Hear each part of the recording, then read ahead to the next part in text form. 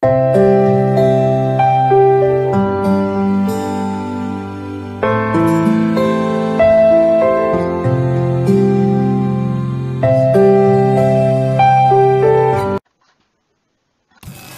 bonjour Jean-Paul, donc la question qu'on voudrait te poser c'est qu'est-ce que tu penses de la médiumnité?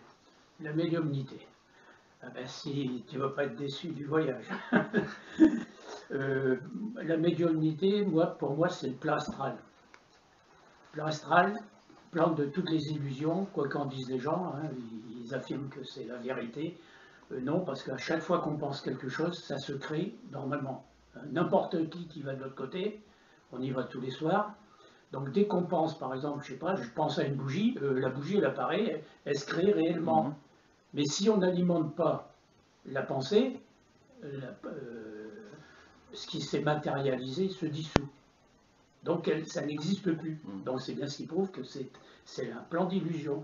Et dans les plans spirituels, si je pense à une bougie, je crée la bougie elle est là. Elle est là continuellement. C'est ça la différence. Et puis bon, les médiums, il y a déjà 7 sous-plans dans l'astral. Hein. On parle toujours du bas astral, il y a haut astral, et c'est comme les gens qui vont soi-disant visiter les annales akashiques. Les annales akashiques, c'est du niveau du plan causal, mental et causal. Hein. Donc ça ne correspond pas au plan astral, ça, c'est au-dessus. Ce n'est qu'un reflet. C'est comme si tu regardais, par exemple, une émission de télé, tu es devant la télé, tu vois les images, mais ce n'est pas des images réelles.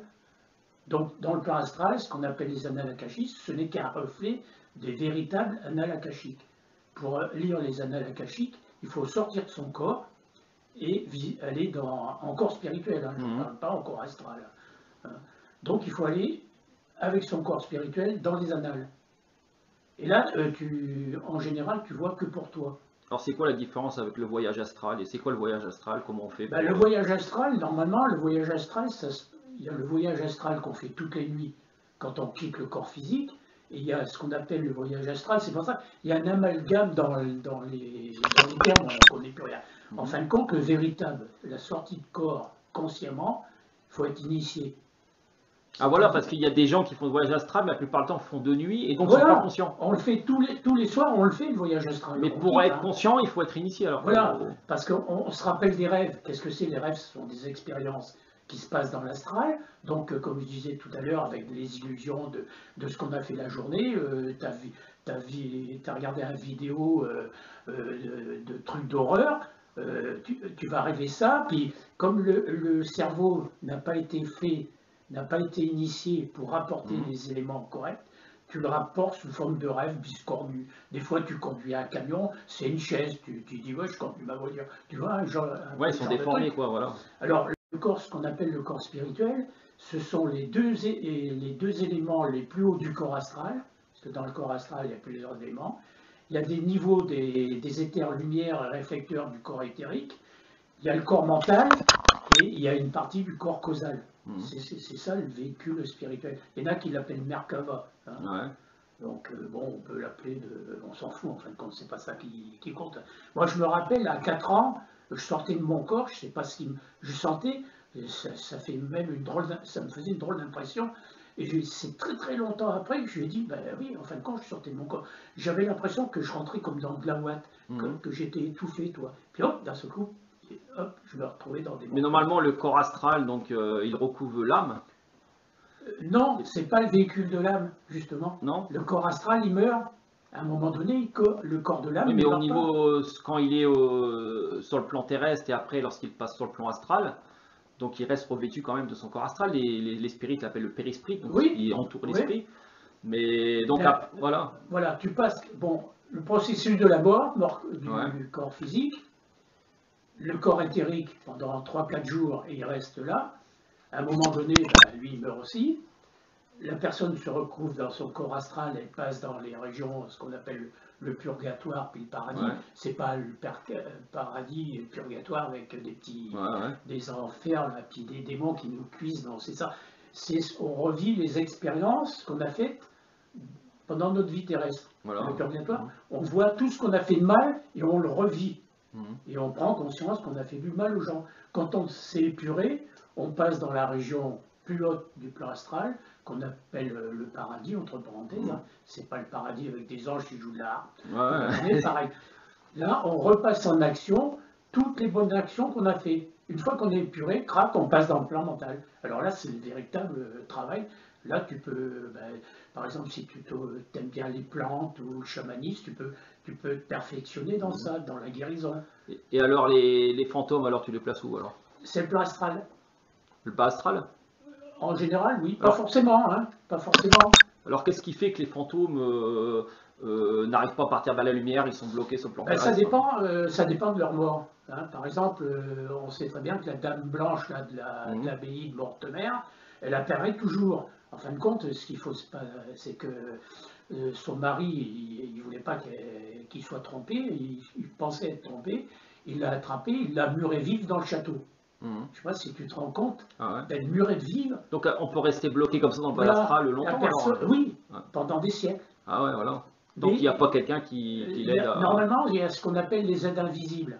Les aides invisibles, on pourra en parler après, ça fait partie forcément Rosicrucien, et de la véritable Rose-Croix, on en parlera aussi, parce que là, dans la Rose-Croix, il y a tout et n'importe quoi. Hein.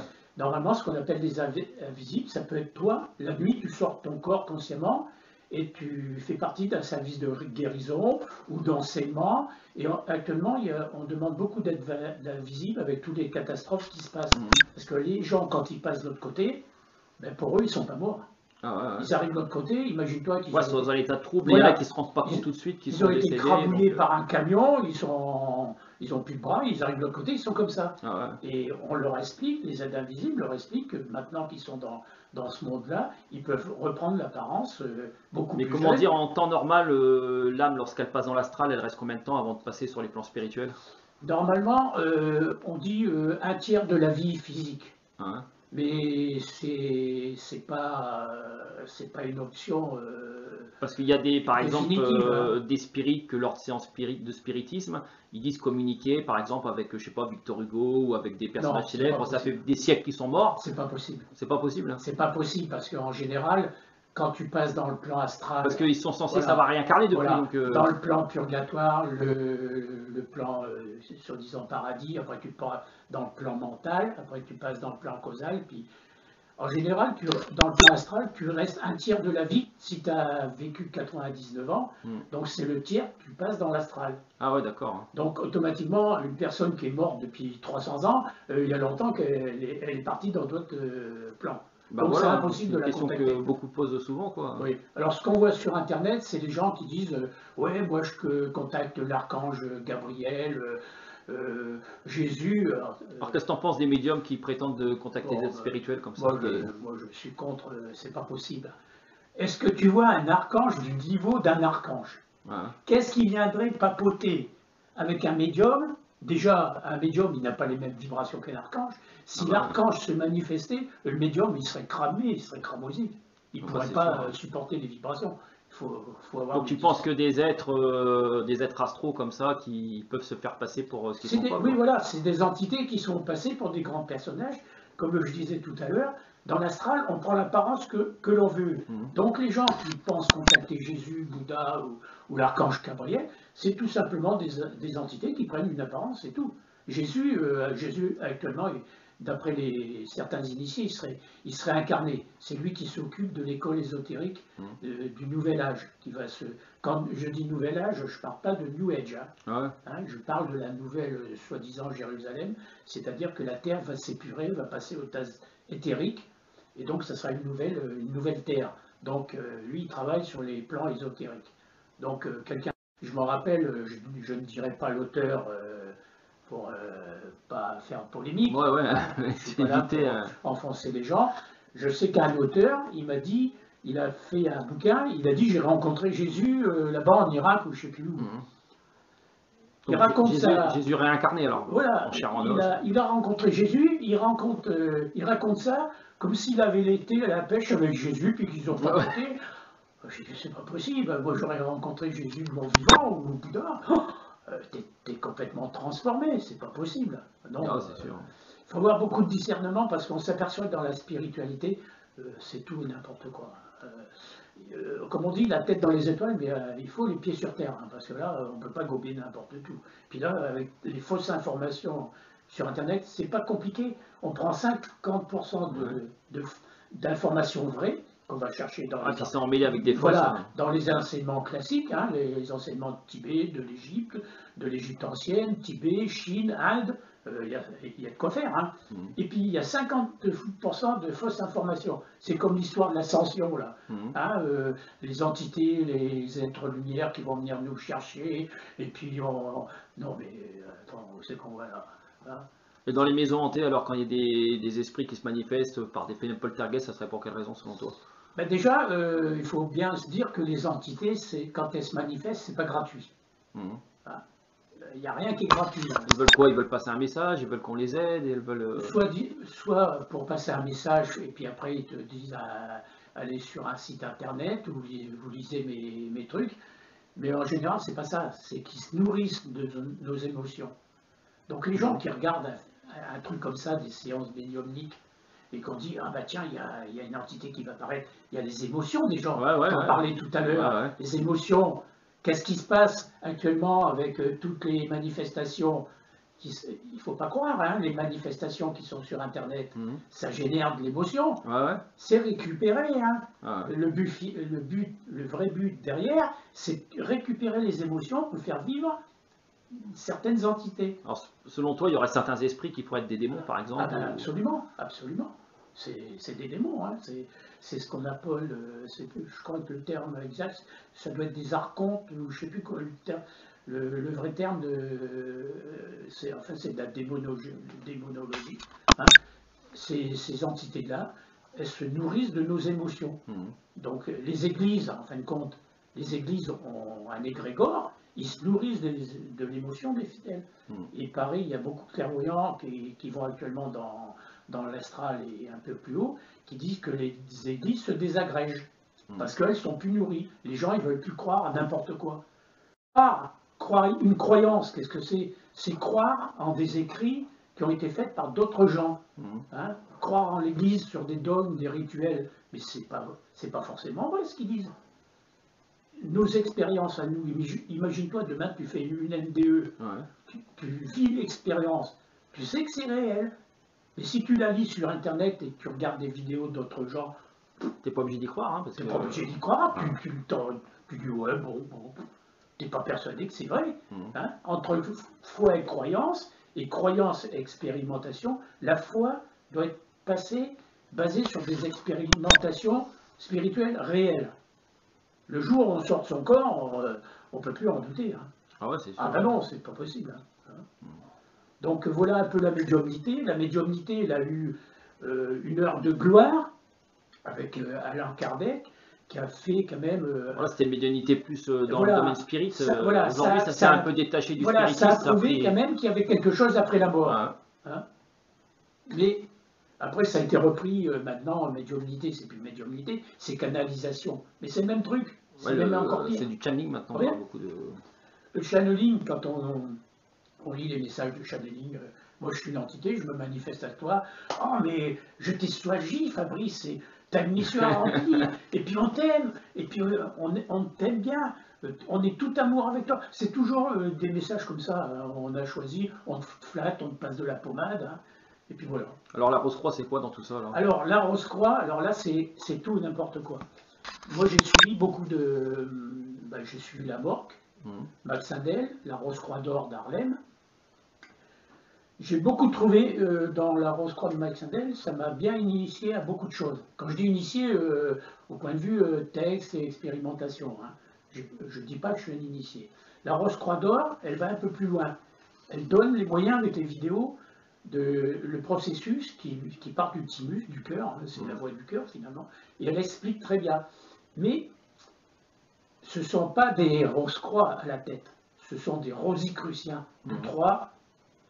C'est quoi la différence entre rosicrucien et rose-croix? Voilà, un rosicrucien, c'est un nid. Eh là-bas, le flocon là, les chats qui font des bêtises. Un rosicrucien, moi demain, si je veux, je peux créer mon mouvement rosicrucien. Mais je ne suis pas Rose-Croix pour autant. Un Rose-Croix, c'est un état. Or, la véritable Rose-Croix, c'est pas sur Terre. Donc, si tu es intéressé, tu vas voir les lettres avec Karl-Zosten. À un moment donné de ma vie, je n'avais décidé d'en finir avec ma vie. Et tiens-toi bien, j'ai eu un message dans ma tête qui m'a dit non, tu n'as pas le droit, tu as une démarche spirituelle, tu n'as pas le droit.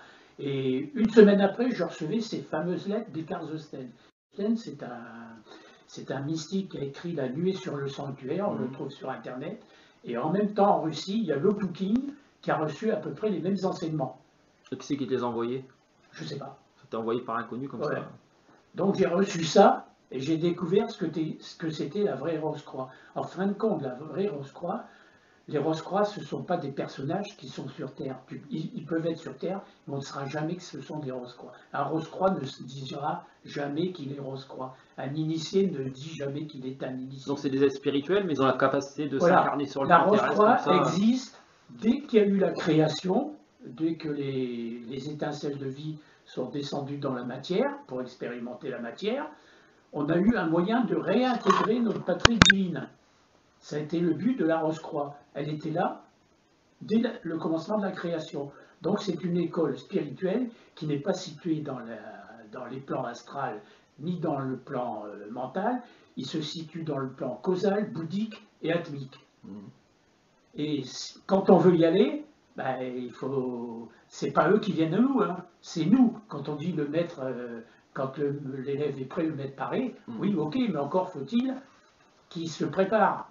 Donc les purifications, au point de vue physique, mental, émotionnel, il y a tout un processus, et à un moment donné, notre lumière intérieure commence à briller.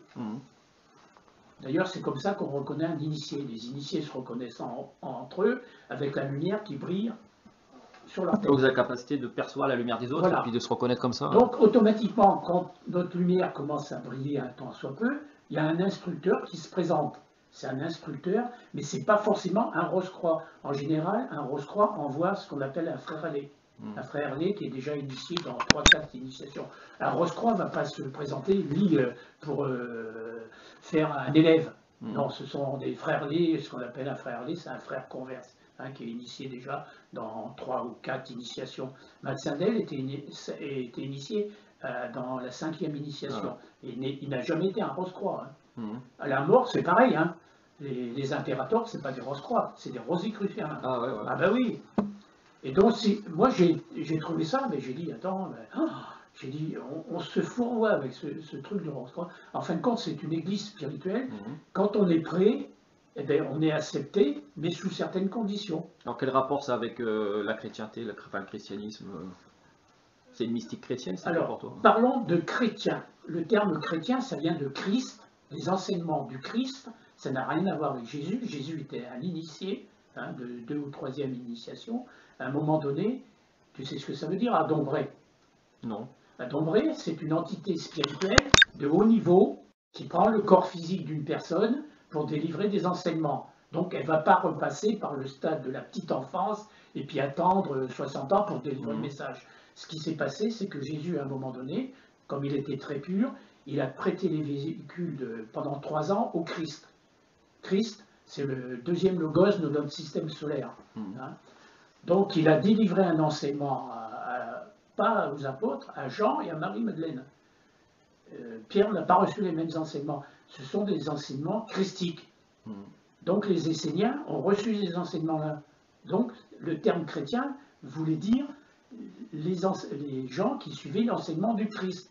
Puis après, on a fait un amalgame avec le christianisme. Les chrétiens, c'était le christianisme. Pas ça du tout. Au début, les chrétiens, c'est ceux qui suivaient l'enseignement du Christ. Donc les enseignements des Esséniens, qui s'est perduré avec les Albigeois, avec les Cathares aussi. Les Cathares, consommentum, c'est typiquement christique. Hein. Donc c'est une perpétuation des Esséniens de l'époque de Jésus. Voilà, et jusqu'à nos jours, ça a été la Rose-Croix, mais la véritable Rose-Croix, hein, pas la Rose-Croix qu'on voit sur Internet, ni dans les... C'est pas les loges, hein, les loges, c'est pas... Ça n'a rien à... C'est pas des rituels, hein. La voix du cœur, c'est pas des rituels, hein. C'est la connexion directe avec son âme. Qu'est-ce qu'ils ont à voir ces mouvements avec la véritable Rose-Croix? Aucun. Hein. Ben, ils sont là pour initier dans les mystères mineurs. Ah voilà. Les mystères mineurs, il y en a 9 et il y a 4 mystères majeurs. Donc la Rose-Croix en général, c'est les mystères majeurs. Hein. Et les Rosicruciens, c'est des mystères mineurs. On t'apprend qu'est-ce que c'est qu'un corps éthérique, qu'un corps causal, qu'un corps mental. On t'apprend comment est faite la terre, comment tu peux aller dans l'eau, dans le feu, dans la terre. Tu peux respirer sous l'eau. Mais quel est le rapport entre, par exemple, les enseignements rosicruciens de la mort et ceux de Max Endel? Alors, les enseignements, puisque j'ai fait les deux, ce que je pourrais reprocher un petit peu à la Morgue, c'est que beaucoup d'exercices sont basés sur des exercices de yoga. Hein, la sortie du corps astral telle qu'elle est donnée, je ne suis pas d'accord, c'est pas comme ça se passe. Moi j'ai reçu, c'est un processus, c'est un exercice spécial qui t'est donné spécialement pour toi. On ne peut pas donner le même exercice à 10 000 personnes, puisque les 10 000 personnes, elles sont différentes. C'est comme en yoga. Quand j'étais professeur de yoga, quand j'étais en Inde pendant 3 mois, on m'a bien fait comprendre que le yoga, tel qu'il était pratiqué en Inde déjà en 1970, ça n'avait plus rien à voir avec les enseignements originels. En général, un gourou ne prenait qu'un élève à la fois. Pourquoi? Parce que quand il donnait des exercices, le gourou était clairvoyant. Il voyait ce que faisait l'exercice sur les différents de la personne. Donc il pouvait donner des exercices pour rectifier ou pour donner autre chose pour que l'élève, et tel que c'était donné en Occident, une séance de yoga, on donne des exercices à tout le monde. Et qu'est-ce qu'on voit? Moi, je me suis aperçu que j'avais beaucoup de, quand j'étais à Toulon, j'avais beaucoup de femmes, de médecins, et des trucs comme ça. Or, c'est des gens qui fumaient pas mal, hein, et puis ça picolait pas mal aussi. Et puis des fois, quand elles avaient des exercices respiratoires, il y avait des problèmes. Elles ne tombaient pas dans le coma, mais elles étaient étourdies, puis il y avait des problèmes. Donc, quand je suis revenu d'Inde, j'ai très bien compris ce qui se passait. En fin de compte, les gourous étaient clairvoyants. Mais il n'y en a plus beaucoup maintenant, il n'y en a pratiquement plus. Mais comment dire, donc tu as connu la Rose-Croix après avoir pratiqué le yoga alors? J'ai connu la Rose-Croix en 1970. Enfin, de toute façon, j'ai toujours une démarche spirituelle dès l'âge de 4 ans. J'ai toujours intéressé. Et comment tu as connu la Rose-Croix alors? La Rose-Croix, je l'ai connue, ça devait être en 1900, un peu avant 1970. Je faisais beaucoup de crises d'asthme. J'avais 3 crises d'asthme par semaine, donc j'étais allergique à tout. Donc un beau jour, je suis tombé, c'était le commencement de l'homéopathie, je tombe sur un médecin, il me dit, vous savez, il faut changer de région, ou alors vous changez de régime, ou alors vous changez de région. Et puis les médicaments, vous arrêtez. Alors j'avais de la théophiline, des suppositoires de je sais plus quoi. Je voyais des trucs pas possibles avec les médicaments. Un beau jour, j'ai foutu ça à la poubelle. Et puis bon, je ne pouvais pas changer de région parce que mon métier de représentant de commerce, c'était dans la région. Donc je me suis mis à devenir végétarien. Je dois l'avouer, je ne suis pas venu végétarien au point de vue spirituel, mais au point de vue santé. Par rapport à l'asthme, tout ça. Voilà. J'avais d'ailleurs une ordonnance renouvelable. Le médecin ne voulait plus me voir. Tu sais ce que c'est qu'une ordonnance renouvelable? Ouais. On n'a plus besoin de voir le médecin, tu vas chercher tes médicaments quand tu veux. Donc à un moment donné, j'ai dit, attends, je ne peux plus continuer comme ça à prendre des médicaments, j'arrête. Donc j'ai commencé à potasser pas mal de spiritualité, l'Égypte ancienne. J'ai appris beaucoup avec Schweitzer, Lubzig, je ne sais pas si tu le connais. C'est un truc vraiment intéressant, j'ai appris beaucoup de choses avec lui. Après, dans l'Inde, le Tibet, l'Égypte ancienne, tous les monuments, tu apprends beaucoup avec les monuments, il y a plein de trucs. Donc tu as commencé par le yoga et puis... Voilà, j'ai commencé par le yoga, j'ai approfondi le yoga à fond. Mais quand j'étais en Inde, j'ai vu, en fin de compte, il n'y avait pas besoin de venir en Inde pour suivre la spiritualité. Donc c'est là que j'ai commencé. Alors donc j'étais malade, comme ça. Et puis un beau jour, je tombe dans ma clientèle sur une cliente qui avait aussi de l'asthme. Et puis elle me dit, oh, vous savez, je suis tombé un beau jour, je ne sais plus comment c'est, je ne me rappelle plus du tout comment elle m'a dit. Elle a donc tombé sur les trucs de Max Endel. Elle me donne l'adresse, je les contacte. Et en 1900, un petit peu avant, ça devait être en 68, je me rends à Paris, dans le centre de Max Endel, et puis je demande à voir le responsable, et puis il était occupé justement à parler. Il me dit, écoutez, asseyez-vous là, je suis à vous dans 10 minutes. Puis 10 minutes après, il revient vers moi, il me dit, c'est pas la peine de poser votre question, je vois ce que vous avez. Il me dit, vous avez de l'asthme. Ah, il le savait? Ouais. Il me dit, en fin de compte, il dit, ouais, vous êtes d'un tempérament nerveux, je ne me rappelle plus le terme exact. En fin de compte, je me trimballais ça depuis une incarnation. Et il m'a dit, vous avez eu un truc pendant l'enfance. Alors là, je vais faire un truc sur mon enfance qui s'est passé. J'étais à Paris et j'étais dans un immeuble où on voyait jamais le soleil.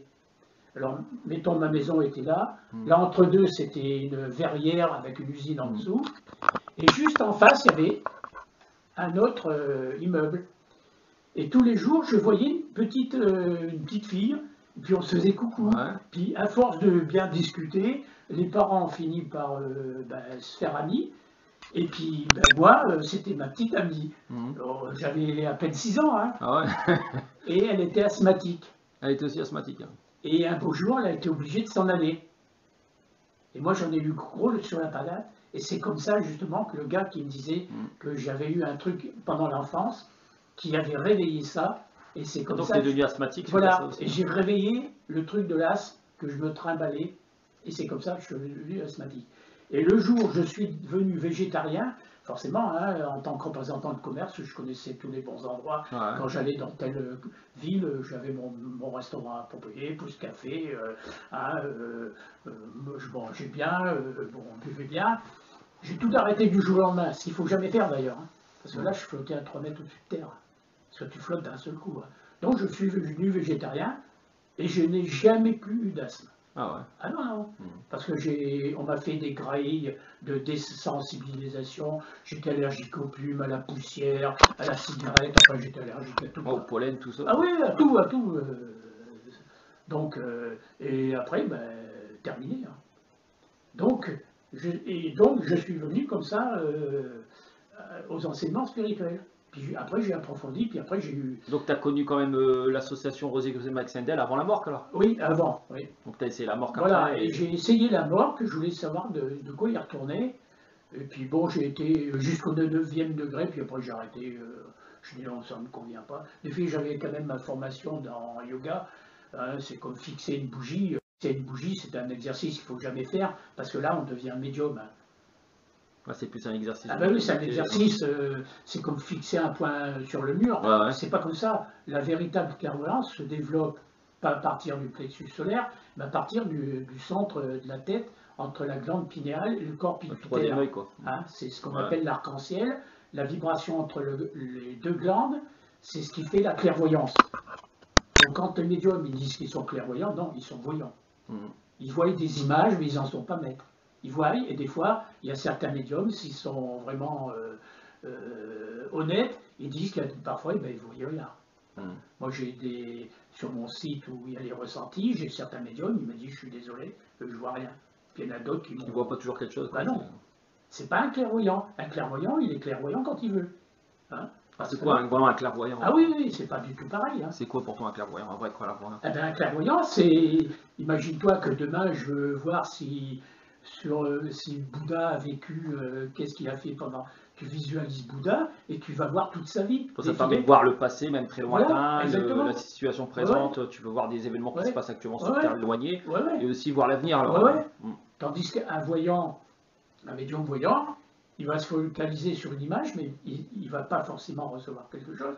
Des fois, il ne reçoit rien. Et puis bon, ce qu'il reçoit, c'est du plan d'astral, hein, c'est pas du plan causal. Donc il voit dans l'astral des reflets comme tu avais dit, voilà. l'éther réflecteur. Pour revenir à la Rose-Croix, c'est une église spirituelle, il n'y a que quand on est prêt qu'on peut y aller. Mais c'est pas sur Terre. Elle n'a rien à voir avec les organisations, les mouvements, les loges sur Terre. Alors elle est sur quel plan cette église-là? C'est plan causal, bouddhique et atmique. Donc sur les plans supérieurs. Oui, c'est ce qu'on appelle les plans spirituels. Et l'église, elle se trouve là, c'est ce qu'on appelle l'église des saints. Hein. Et ça n'a rien à voir avec l'église des saints catholiques, l'église catholique. Hein. C'est pas ça du tout. Hein. Donc, les Rose-Croix, il me semble que je t'avais envoyé les lettres. Ouais, je sais plus. Ouais, on ne sait pas qui c'est. Hein. Et Karl Josten, on le connaît, l'auteur, on le connaît. Hein. Mais les lettres, on ne connaît pas l'auteur. C'est comme le Kybalion, hein, c'est 3 initiés. On ne connaît pas. C'est ce que je disais tout à l'heure sur mon forum. J'ai dit quand on est initié, on ne va pas le clamer sur Internet. Hein. Moi, j'y crois pas une seule seconde. Hein. Moi, je ne me prétends pas initié. Alors, à un moment donné, quand je suis revenu d'Inde, quand j'étais chez Médecin d'Aile, j'ai reçu un exercice pour me dédoubler consciemment. Et pendant 5 ans, j'ai un cahier qui couvre 10 années, je me dédoublais consciemment. Et je voyageais dans l'astral, mais j'ai voyagé 2-3 fois beaucoup plus haut, mais je ne peux pas dire dans quel plan. Je me voyais guérir les gens, je voyais des effluves qui sortaient de mes mains, je voyais comme des lampes de feu qui allaient sur les gens qui les guérissaient. Et je sais que je fais partie d'un groupe de guérison la nuit.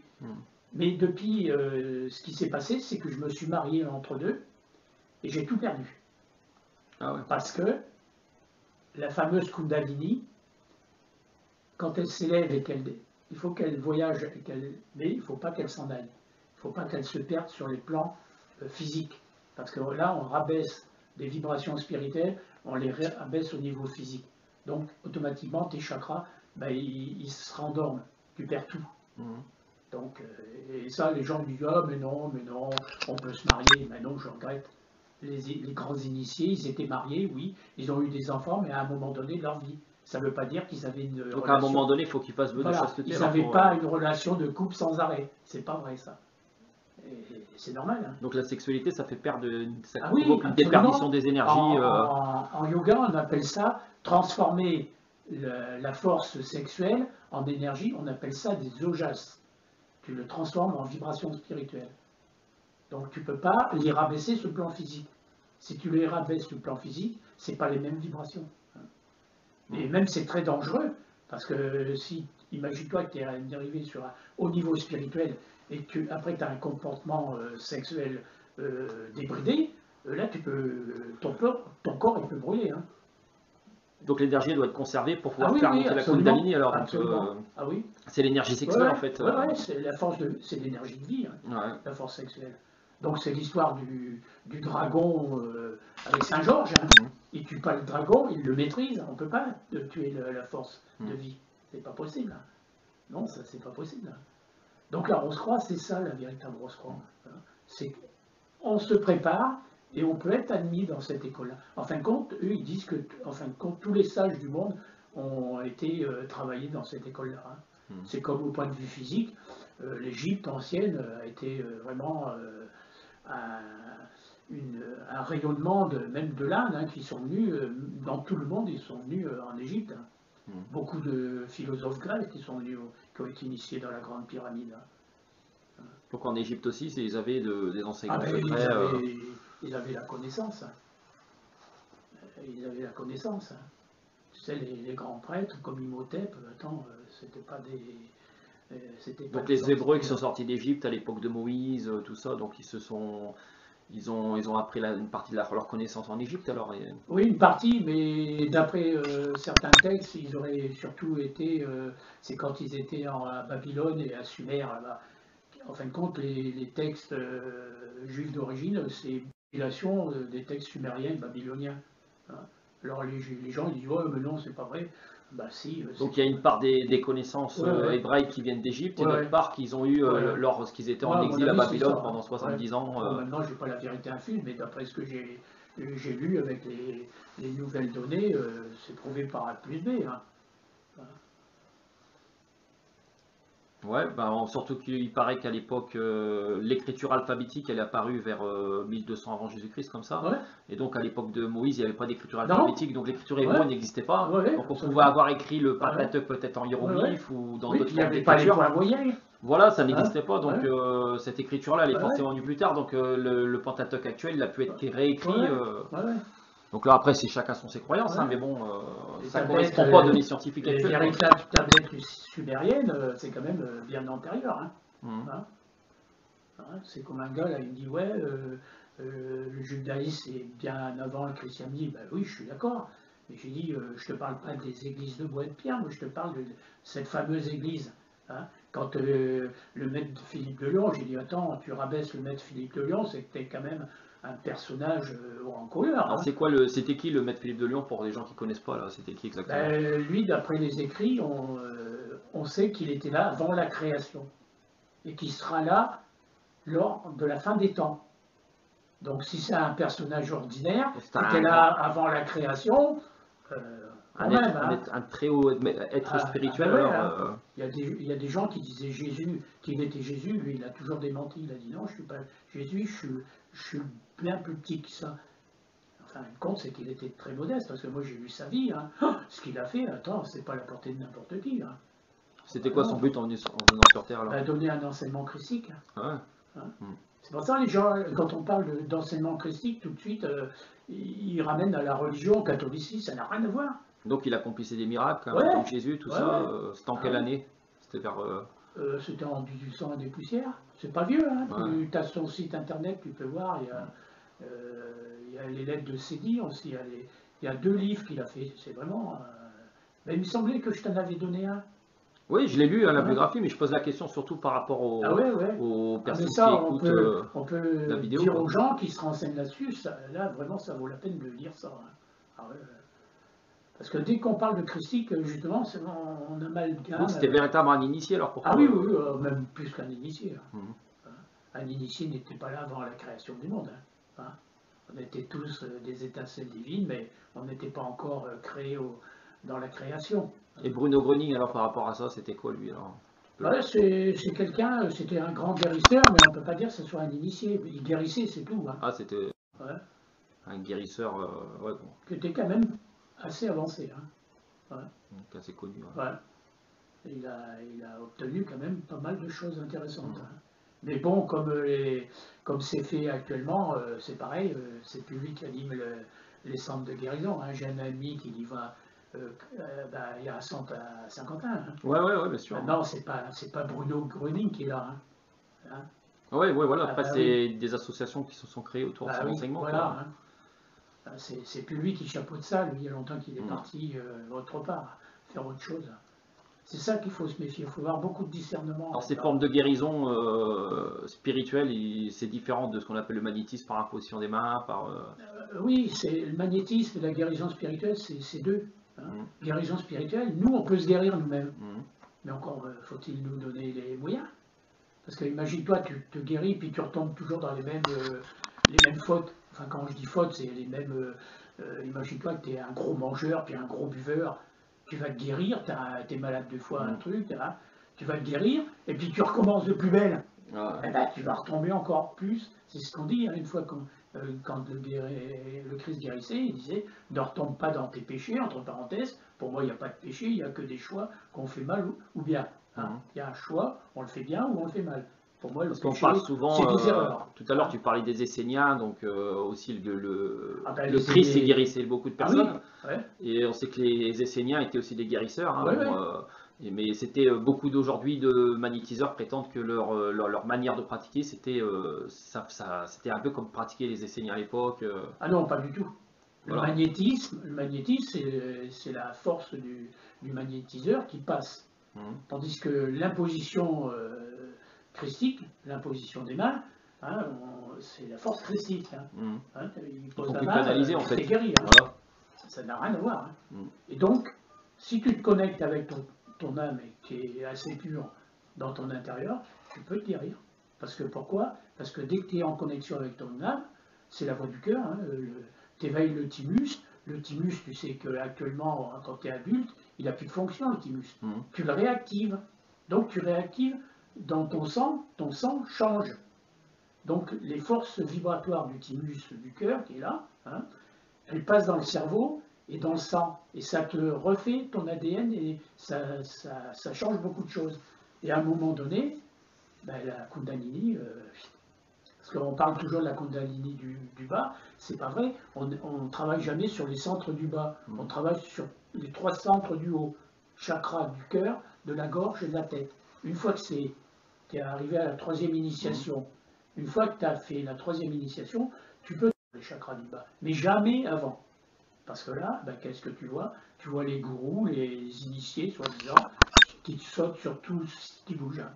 Surtout, sur Internet, il y a beaucoup de gourous ou de faux médiums, ou alors de vrais médiums, mais qui sont plutôt en contact avec des entités négatives et qui se font abuser eux-mêmes par des entités qui sont passées par des maîtres de lumière. Et puis voilà, donc, mais en général, ces gens, c'est pas des ils sont pas de mauvaise foi, en fin de compte, c'est qu'ils sont en bonne foi. Ils sont manipulés vraiment, par des entités qui se font passer pour des lumière. lumière. Vraiment que ce sont des êtres de lumière. Le problème, quand tu vois un peu la façon qu'ils se comportent en société, au niveau moral, c'est pas. Ah oui. Donc, est-ce que des êtres de lumière, ils vont travailler par l'intermédiaire de gens qui, comme tu dis, qui manipulent les gens, qui cherchent beaucoup l'argent et qui cherchent à coucher avec des femmes, des choses comme ça. Les grands pouvoirs. Ils ont des mœurs un peu douteuses, quoi. Les trois grands pouvoirs, le sexe, l'argent. Voilà, donc puis, là on peut se poser des questions. Les pouvoirs, comme dit le proverbe, on reconnaît un arbre à son fruit. Donc si le médium il se comporte d'une manière, comment il peut être l'intermédiaire d'ange ou d'archange et puis aider des gens à être mettre sur la bonne voie alors que lui il est dans une très mauvaise voie. Donc, disons que les archanges, comme je disais tout à l'heure, ils ont vraiment autre chose à faire que de venir papoter et puis faire les cartes avec toi. Non, mais c'est tout délire complet. C'est pas vrai. Voilà. Je vais vérifier que. C'est bon. Donc Jean-Paul, on te remercie pour tous les enseignements que tu nous as pu nous transmettre sur ton expérience personnelle. Il n'y a pas de quoi. Et donc, ce que je voulais dire par rapport à ça, c'est que les gens qui auraient d'autres sujets avec lesquels ils voudraient faire intervenir Jean-Paul peuvent le laisser dans les commentaires. Et donc, comme j'habite pas très loin de chez Jean-Paul, je pourrais éventuellement revenir et donc on pourra lui reposer des questions par rapport au thème pour lesquels vous voulez discuter. Voilà. Les thèmes que vous voulez aborder. Et donc, Jean-Paul est aussi très présent sur Facebook. Donc, il a des groupes. Donc, pour les gens qui voudraient aller sur son groupe, donc je vais mettre le lien en description. Donc, à moins que tu veux donner le nom du groupe aussi comme ça. Je ne l'ai pas dans ces groupes dédiés à la spiritualité. Ouais, donc je vais mettre en description et puis voilà. Et puis les gens, il suffiront qu'ils cliquent dessus et puis voilà quoi. Donc voilà. Écoutez, voilà. Donc je vous remercie tous de nous avoir écoutés et puis voilà. Merci Jean-Paul. Voilà. À la prochaine. Voilà.